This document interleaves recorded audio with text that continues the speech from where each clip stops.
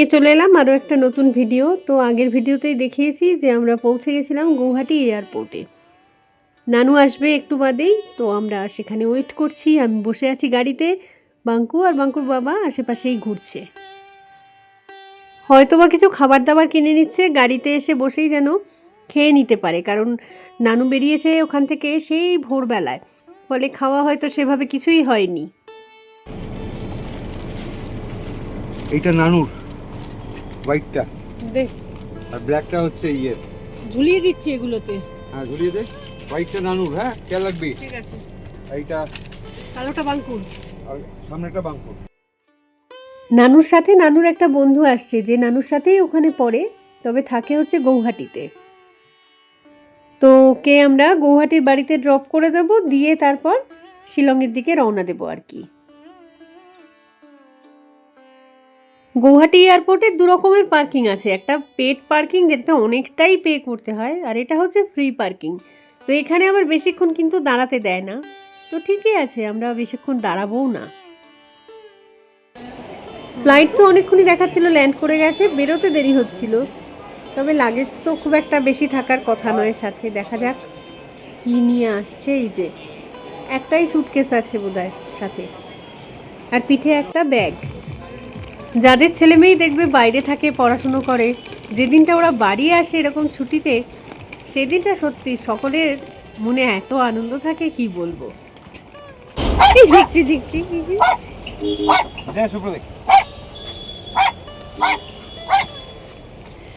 পিকু আলু পটলের পাশ দিয়ে বেরিয়ে এসছে। এই এই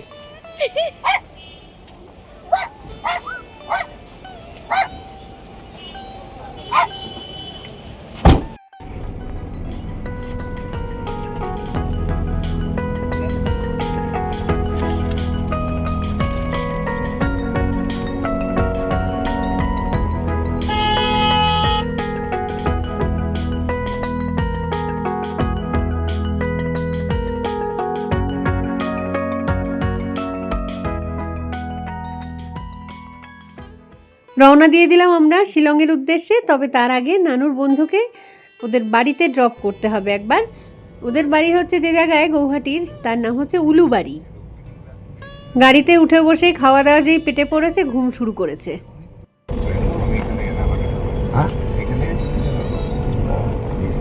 আগেবার এখানে গাড়িটা রেখেছিলাম, সকাল পিক আপ করলাম যখন, মনে আছে? হ্যাঁ দেখি কোন জায়গা থেকে নিই প্রপার। হ্যাঁ লেফটে ইয়ে করবো না, ঢুকবো না, এখান থেকে লেফট থেকে ইয়ে করবো। হ্যাঁ হ্যাঁ আসো, tata tata. Bye bye bye bye বেটা। তাড়াহুড়োর মধ্যে তো আর বেশি ছবি তোলা যায় না, তাই না? যতটুকুনি যা ক্লিপিংস আর কি জোগাড় করতে পারি, সেইগুলোকেই জড়ো করে গল্পের মতন বলার চেষ্টা করছি আর কি। এক বোতল ঠান্ডা জল আর আমাদের তিনজনের জন্য 3টে আইসক্রিম।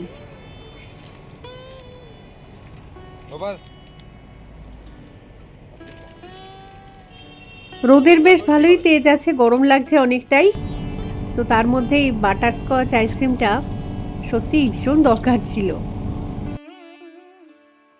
রাজস্থানে যাওয়ার সময় যে অ্যানুয়াল পাসটা ভরানো হয়েছিল, ওটা থেকেই কিন্তু টোলগুলো কাটছে। তো যাওয়ার সময় এটাতেও ওখান থেকেই কেটেছে পয়সাটা, শুধু এয়ারপোর্টটায় ওটা চললো না আর কি। ফাস্ট্যাগ থেকে 150 টাকা ডিডাক্ট করলো এয়ারপোর্টে।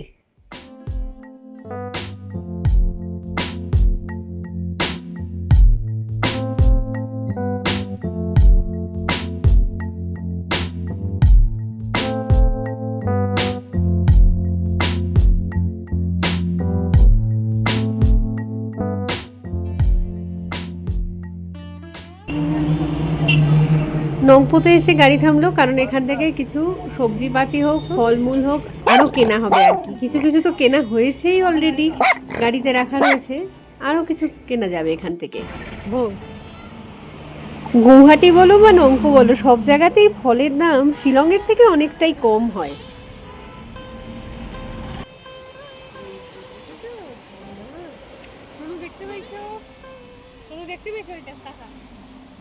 দেখো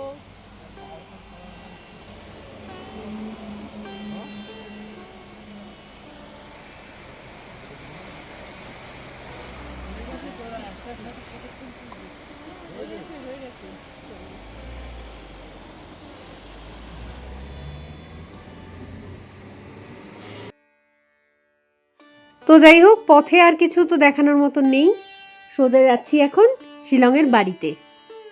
রাতের বেলাটা একটু খাওয়া দাওয়া, একটু গল্পগুজব, তার সাথে জমিয়ে একটা ঘুম দরকার সবার। রাত কেটে হলো পরের দিনের ভোর। তো আমি ঘুম থেকে উঠে দেখলাম যে নানু বালিশ ছাড়া শুয়ে আছে, বালিশের উপর পিকু বসে আছে। যে সুন্দর দৃশ্য। যাই হোক, দেখি কতক্ষণে ঘুম থেকে উঠে তারপরে চা দেব। ঘুম থেকে উঠে থেকেই দুই ভাইয়ের চলতো গল্প, আর কি কত যে গল্প ওদের কে জানে। দরজা লক করে রীতিমতো গল্প চলছিল, মানে আমিও অ্যালাউড ছিলাম না ঢোকার জন্য। আমি তো আশা করেছিলাম যে কালী পুজোতে থাকবে এখানে, বলছে যে না, তার আগেই সেকেন্ড ইয়ার স্টার্ট হয়ে যাবে, সেই কারণে ফিরে যেতে হবে। তো মাত্র 4-5 দিনই আর কি বাড়িতে থাকতে পারবে। আর নানুর এটাকে আমি বলি নারায়ণ শিলা। নানু যেদিন ফিরবে ওর বাবা ওর সাথে যাবে, কারণ হচ্ছে ও তো এই সেকেন্ড ইয়ার থেকে আর হোস্টেলে থাকতে চাইলো না, ও একটা বাড়ি ভাড়া নিয়ে নিয়েছে আরেক বন্ধুর সাথে। তো সেই কারণে সেই বাড়িটা একটুখানি তো গুছিয়ে দিয়ে আসতে হবে, তাই না? একার চেষ্টায় পুরোটা তো করে উঠতে পারবে না। টুকটাক অনেক জিনিসই সেই কারণে কিনতে হবে নানুকে, তো ওর বাবা গিয়ে সেগুলো কিনেও দেবে, সেগুলো গুছিয়েও দেবে, তো অনেক কাজ আর কি। সেকেন্ড ইয়ার থেকে হোস্টেলের যেটা মেন প্রবলেম সেটা হচ্ছে একটা রুমে 4 জন করে স্টুডেন্ট থাকবে, তো এতটা ভিড় তো নানুর আবার একদমই পছন্দের নয়। তো এই 2-4টে দিনে আমার যেটা মেন কাজ ছিল সেটা হচ্ছে যে জামা কাপড়গুলোকে ও মানে সুটকেস বন্দি করে নিয়ে এসেছে সেগুলোকে কেচে কুচে পরিষ্কার করে একদম শুকিয়ে দেওয়া, তারপরে ইস্ত্রি করে দেওয়া, এই আর কি। প্রথম দিনটা ওয়েদারটা একটু খারাপ ছিল, হালকা করে বৃষ্টিও হয়েছিল, আমি তো রীতিমতো টেনশানে পড়ে গেছিলাম। পরের দিন থেকে দেখলাম কড়া রোদ উঠেছে, তো পুরো কাজটা পারফেক্টভাবে করতে পেরেছি আর কি। চোখের নিমেষে কাটলো মাঝে 2-3টে দিন, তো চলে এলো সেই ফেরার দিনটা এবার, তার মানে ব্যাগ গুছানোর দিন। ফেরার সময় লাগেজ ওর বেশিই হবে, আমার কাছে একটা এক্সট্রা ইন্ডাকশান রাখা ছিল, ওটাও দিয়ে দেবো, যাতে টুকটাক রান্নাবান্না তো করতেই হবে ওখানে, তাই না? তারপরে একটা ফিল্টার ছিল, সেটাও দিয়ে দেবো, জলের ব্যবস্থা যাতে করে নিতে পারে। বাড়ি ভাড়া নিলে এইসব চাপ তো একটুখানি আসবেই, তাই না? তার মধ্যে দেখো জিনিসপত্র গোছানো হচ্ছে, আর পিকুর অবস্থা, একটা মুড়ির নাড়ু না চিড়ের নাড়ু কি একটা নিয়ে এসে এখানে খাওয়া শুরু করে দিয়েছে।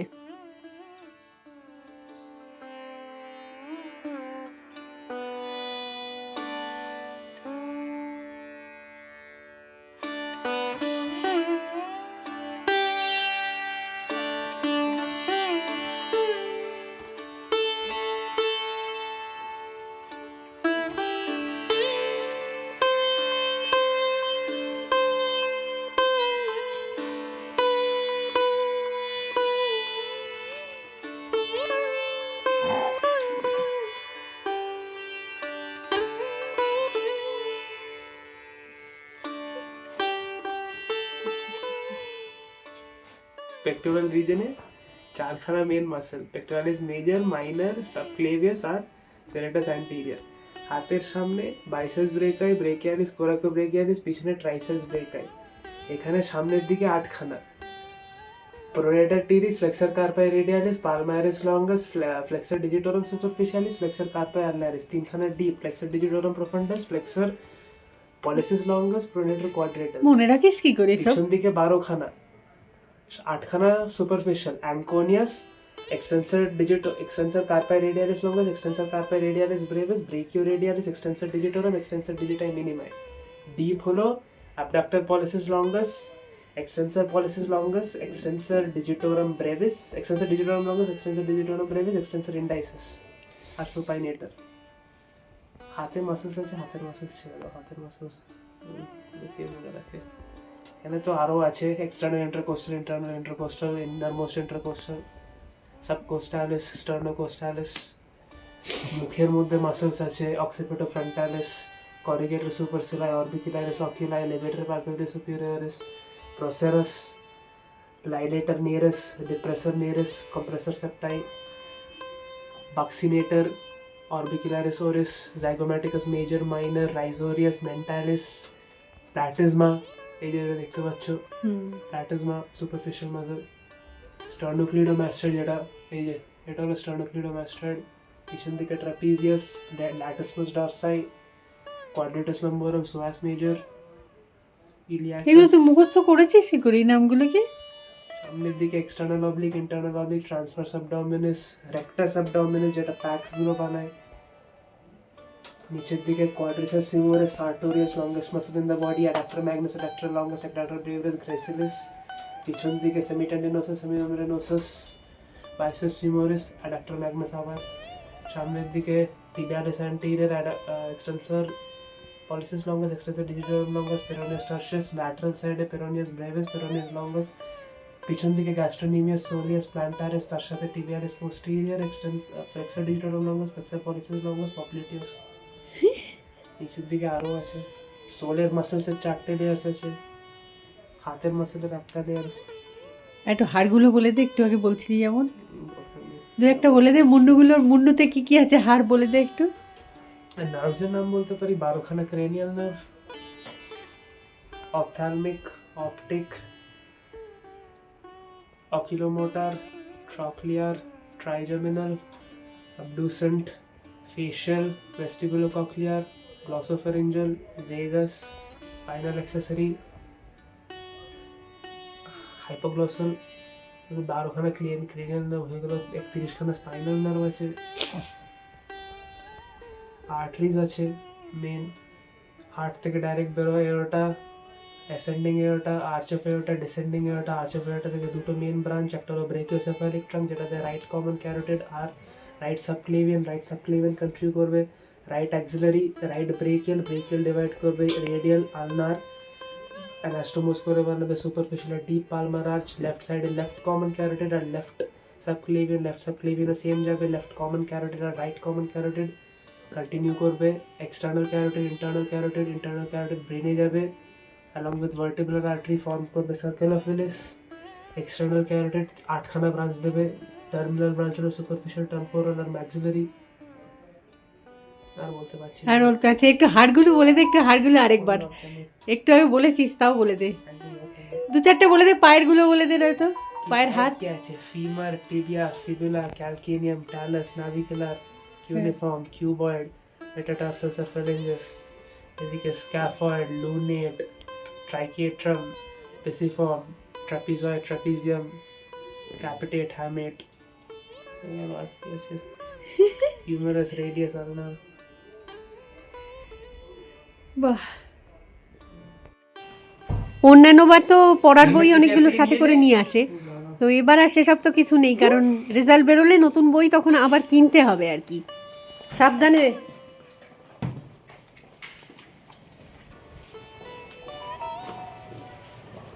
দুপুরবেলার দিকে মানে 3টে নাগাদ আর কি 2 ভাই মিলে বেরিয়ে যেত ক্যাফেতে। শিলংয়ে কি কি নতুন ক্যাফে হয়েছে দেখতে বেরোতো, এবার সেখানে গিয়ে জমিয়ে খাওয়া দাওয়া করতো আর আমাকে পাঠিয়ে দিত হোয়াটসঅ্যাপে ছবিগুলো। একটা ক্যাফেতে গেছিল, গল্প করছিল, সেটা নাকি বেড়ালের ক্যাফে, 3টে বেড়াল আছে সেখানে, খুব সুন্দর ছবি দেখাচ্ছিল। মানে একটা মা বিড়াল বোধহয়, তার আবার একটা পা নেই, 2টো ছানা বিড়াল, তো সেই বিড়ালকে কোলে নিয়ে ও আবার ছবিও তুলেছে সেখানে। এটা হচ্ছে সেদিন সকালের, যেদিন আর কি নানু আর নানুর বাবা গৌহাটি থেকে হায়দ্রাবাদের ফ্লাইটটা ধরবে। কালকে রাতের বেলায় অনেকটা শুতে দেরি হয়েছে, তো আজকে দুজনেই কিন্তু অ্যালার্ম দিয়ে শুয়েছে, তার সত্ত্বেও অ্যালার্ম বেজে যাচ্ছে, এরা আর ওঠার নামই করছে না। তো যাই হোক, তাড়াতাড়ি করে রেডি হয়ে বেরোতে হবে, সবাই মিলেই বেরোবো। ভালো রোদ্দুর উঠেছে আজকে, ওয়েদার বেশ সুন্দর, আর আকাশটা কি পরিষ্কার নীল। তো এই ফেরার দিনের ভিডিও এবারে আর কিচ্ছু করিইনি। তো যাই হোক, এই যে দেখো আমার বারান্দা বাগানের গাঁদা ফুলগুলো একটুখানি সকলের সাথে শেয়ার করে নিই। গতবারই দেখছিলাম যে গুয়াহাটি এয়ারপোর্টের ভিতরটায় ছবি তুলতে খুব একটা পারমিশন দিচ্ছে না আর কি, তো আমি এবার ভাবলাম যে দরকার নেই, একই তো রাস্তার ছবি, একই এয়ারপোর্টের ছবি, এবারটা আর না হয় নাই বা তুলছি। তো দেখো ফুলগুলো কি সুন্দর হয়েছে, আরও ফুটবে আর কি, প্রতিটা ডগায় ডগায় কুড়িয়ে এসেছে। তো এই ভিডিওটা তাহলে এখানেই রাখছি, আর বড় করছি না, খুব তাড়াতাড়ি ফিরে আসবো আবার একটা নতুন ভিডিও নিয়ে। তো ততক্ষণের জন্য টাটা।